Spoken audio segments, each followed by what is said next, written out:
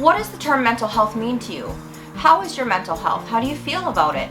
If you want to hear my feelings and thoughts about mental health and hear a little story time about what I've been going through lately, then keep watching because I'm going to share that right now.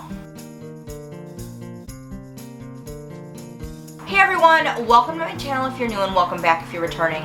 My name is Danielle and today I'm talking all about mental health, probably not in the way that you'd expect, but we're going to explore what mental health means to me, maybe what it means to you, and I'm going to share a little bit of a story time about what I've been going through recently, and I want to know, can you identify it all? What does the term mental health mean to you? How do you feel about your personal mental health? And we're just going to talk about that a little bit today. Now before we get started, let me get the elephant in the room out of the way, which is my crazy outfit. Tomorrow is St. Patrick's Day, and you guys know I love celebrating holidays. I celebrate pretty much all week long because I have too many crazy outfits. I can't wear them all in one day. So we are celebrating St. Patrick's Day at work, at least I am, all week long. So this morning in cycle class, I wore a green tutu and a hair ribbon and some craziness. So this is my outfit for work, and I thought, you know what?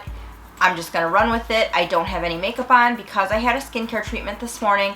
I will be doing that vlog video on my fashion channel coming up. I am so behind on that channel. I have like 3 videos right now that I am trying to edit, so I will have more content coming. You may have noticed if you've been subscribed to my motivational channel that I didn't post any content in the last couple weeks, and there's a reason for that, and really it was because I felt like I didn't have anything motivational to say.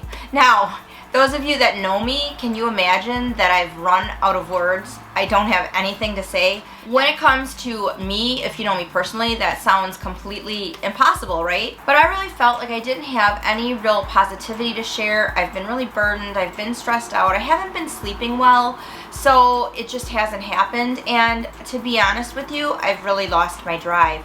And it's really funny because YouTube is something I love so much. I really enjoy it, but I just really didn't have the motivation to film any videos, to edit any videos, and get any content out for you. So if you've been subscribed and wondering where I've been, here I am. So for the last couple weeks, I really just felt like this.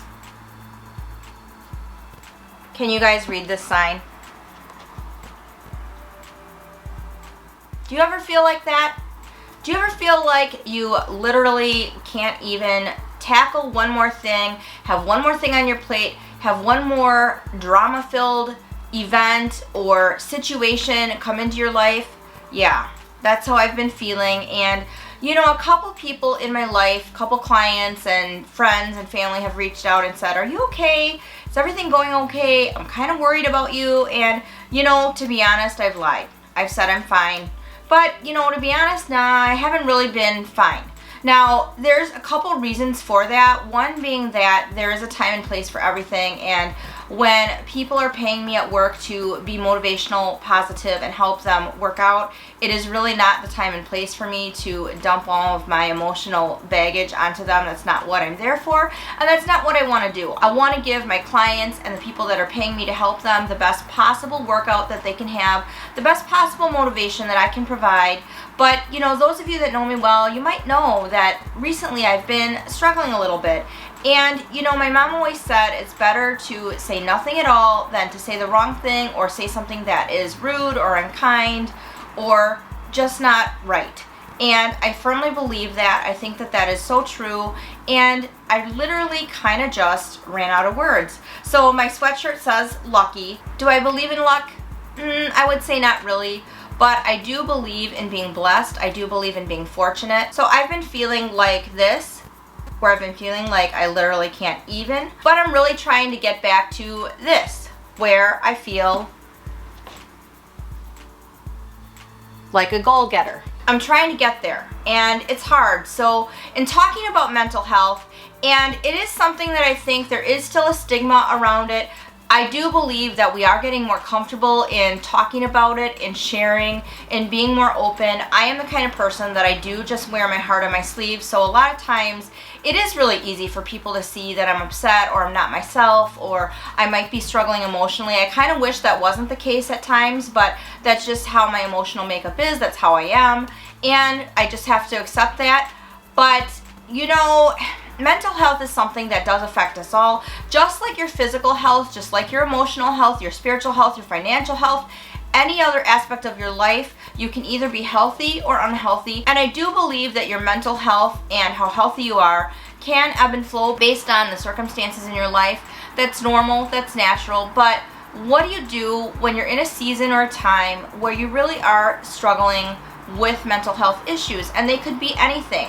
They could be attention deficit disorder, they could be anxiety, they could be depression, they could be things that are more involved. There's a lot of different mental health diagnoses and disorders that affect many people, and I think a lot of times people tend to stay more silent than they do talk about these things because it's uncomfortable, it's embarrassing. They don't know how people are going to perceive them, how people will accept it, how people will react.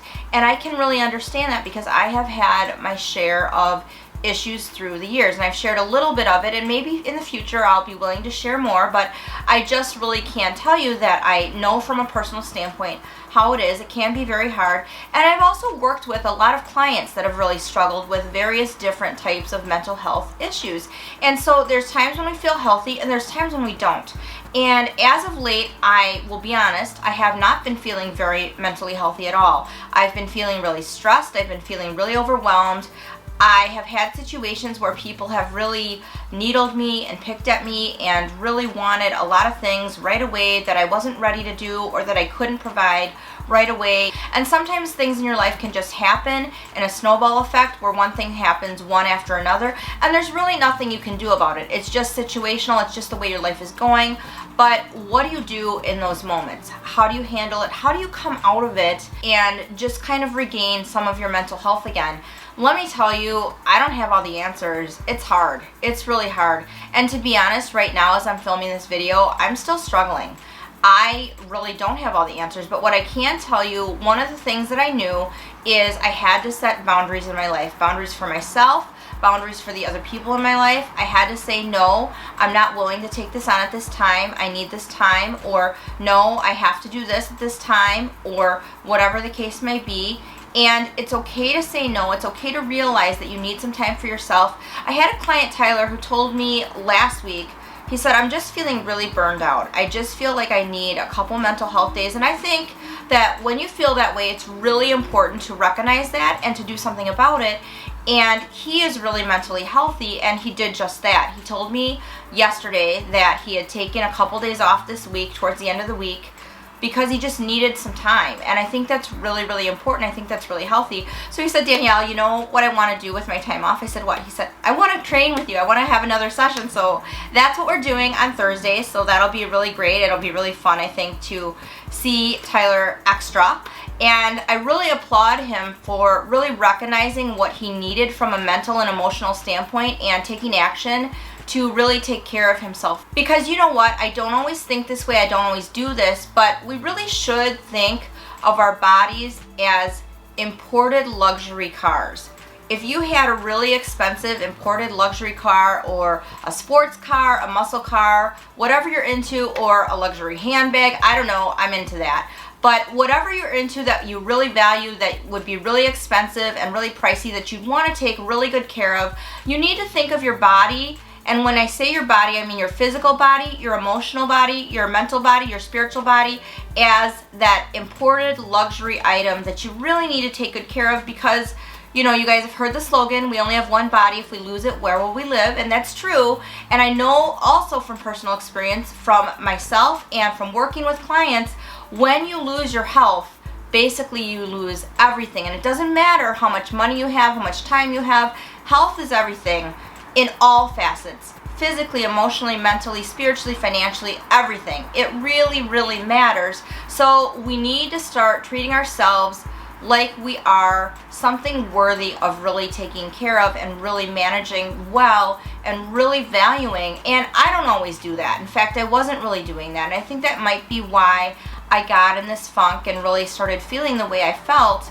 But in recognizing what I needed and recognizing what I needed to do, one of the things that I realized, aside from just setting boundaries and just saying, this is what I'm going to do, this is what I need, and taking action on that, really getting back to a semblance of a regular routine, I struggle sometimes with depression and with anxiety, and so sometimes when it hits me really hard, I back off, I don't do anything, I lose my appetite, I don't eat, I don't sleep, I don't do any of my normal activities unless I absolutely have to, and that can actually be really, really detrimental because then I start to catastrophize. So if you don't know what catastrophizing is, what it really means is that when people have this issue, they tend to think of things in terms of all or nothing, like my house is going to burn down in a fire, I'm going to lose my family, my children are going to die, I'm going to lose my job, I'm going to lose everything, I'm not going to have anything, I'm going to be homeless, I'm going to lose my health, I'm going to be dead or in a wheelchair, and they can't rationalize and really look at the situation for what it is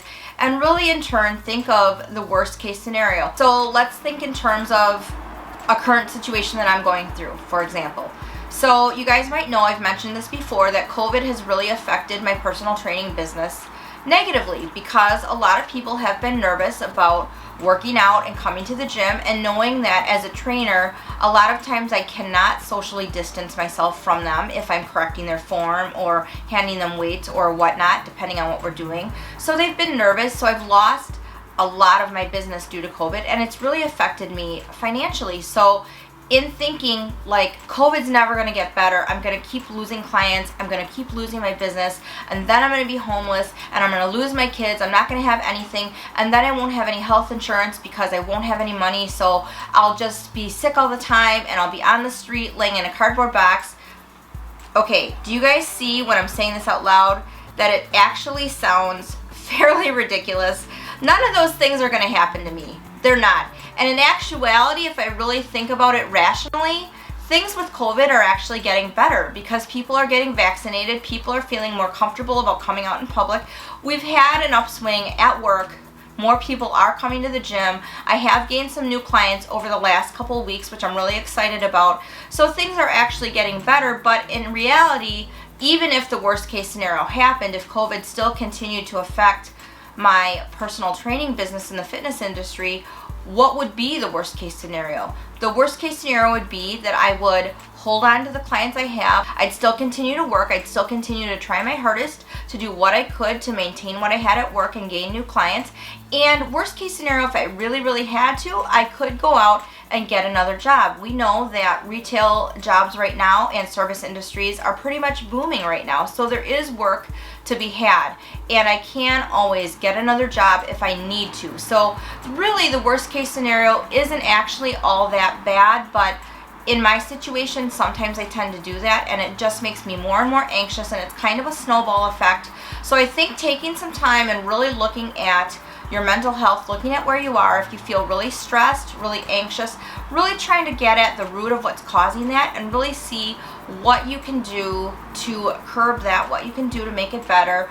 I always keep a little clementine orange in the freezer because when I really feel anxious, when I really feel upset, what I will do is I will go to the freezer and grab it and hold on to it real tight. And the reason why is because the physical sensation of the coldness of that frozen piece of fruit actually shocks my emotions, shocks my body physically into a more normal state. It is proven, it does really work.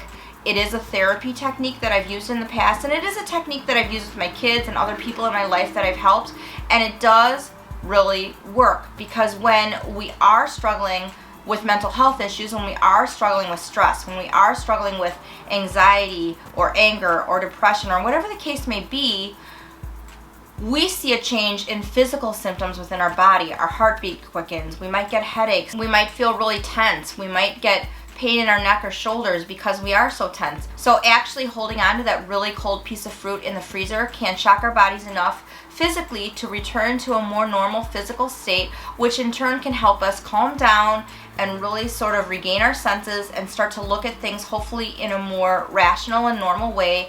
And I think that's really important. So the one thing I want to say also, if you are dealing with someone in your life that is having mental health challenges, some things to do and some things not to do. I think it's really important that if you ask someone if they're okay, if they say yes and it's clear that they don't want to expound on what they're going through or they don't want to talk anymore, let them alone. Let them be alone. Let people share what they're willing to share when they're ready. One of the worst things you can do when someone is really struggling with mental health issues is to continue to badger them and try and get them to talk when they're not ready or when they don't want to. Let them process what they need to process on their own. Let them talk to you when they're comfortable, but when they're ready, when they want to talk, try to be ready with a listening ear.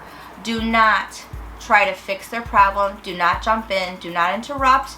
Validate what they're saying. Validation is so key. If you really want to help someone that is struggling emotionally or mentally, validating what they're saying and just agreeing like, that must be really hard on you. I'm so sorry that you're going through this. Those types of phrases, those types of things that you can say are really important. Don't say things like, oh, you shouldn't feel that way. I don't understand why you feel that way. That's silly. Nobody feels that way. You shouldn't do that. You shouldn't have to do that. Or, this is what you should be doing. You should be doing this. Why are you doing that? Those types of things actually create more anxiety, more stress, and more tension with the person that is dealing with mental health issues or with emotional issues. So you really don't want to do that. You don't want to be confrontational in any way, potentially, to someone that might be reaching out to you and wanting to talk because they have an issue that they want to share. Just listen, be a listening ear, and validate what they're saying, and then let them know that you're happy that they were able to open up and share with you, because chances are it probably was really challenging for them to do that. Really recognize and acknowledge that it's good for them to get it out. A lot of times with my clients, when they're really struggling emotionally or maybe mentally, and I can see it, we just talk. We'll talk before we start physically working out because they need that physical release of just talking and getting it out. Sometimes just being able to share what you're going through is so critical and so important. So allowing someone else to be able to do that is so key. And I'm going to tell you this, doing this video for me today was really important for me because it allowed me to share with you kind of what I've been going through. I don't want to get into the details of everything that I've been stressed out about and everything I've been anxious about. Some of you know, some of you don't, but it was enough for me just to kind of share what I've been going through and how it's affected me, and getting that out to you and sitting down and having some normalcy again and resuming a regular semblance of my routine. Filming a video feels so good. I'm so happy to be back. I am going to try my hardest to resume my regular normal schedule with videos on Mondays. I really look forward to seeing you again, you guys. I really look forward to being with you. I really appreciate your time. I don't take it lightly that you spend a few minutes of your day with me every Monday. I really appreciate it. If you do want to see my beauty vlogs that are coming on my fashion channel, make sure you subscribe to that channel. I'll link it above. It's Extraordinary Danielle on YouTube. I also do have a luxury shoe video that I'm editing that will go live on my fashion channel as well. So if you're interested in that, make sure you subscribe to both channels. I appreciate your support. I will plan to see you in my next video, and remember to make your everyday ordinary life extraordinary.